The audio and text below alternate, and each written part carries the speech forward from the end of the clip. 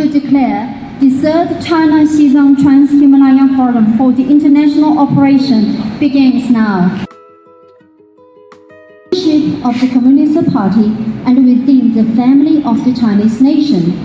Today's Lulang combines the beauty of natural scenery, national culture, modern development, openness, and inclusiveness, and has become the most famous luxury city of town. Forum Xizang Trans-Himalaya ihatinan 2023, halau ihara Lulang, Tibet hatulu sinal positivo.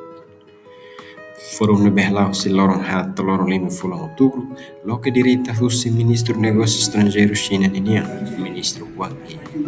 No perante Forum, Ministro Wang Yi simo reunião bilateral Rússia Nação Lobo, nebehatur vontade Hiroshima política China Ninian para causa global.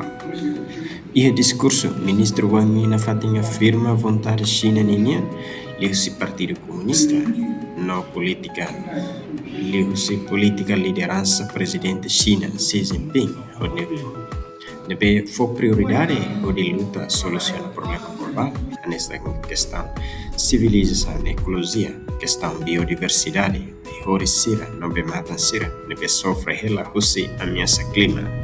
O Fórum Xizang Trans-Himalaya da Toluco, claro, Katak China russo participação na São Roto foi membro malo a luta soluciona desafio global.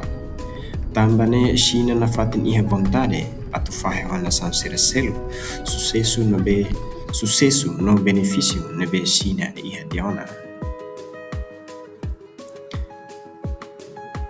Durante participa Fórum da Toluco, em geral, russi notas de posnian.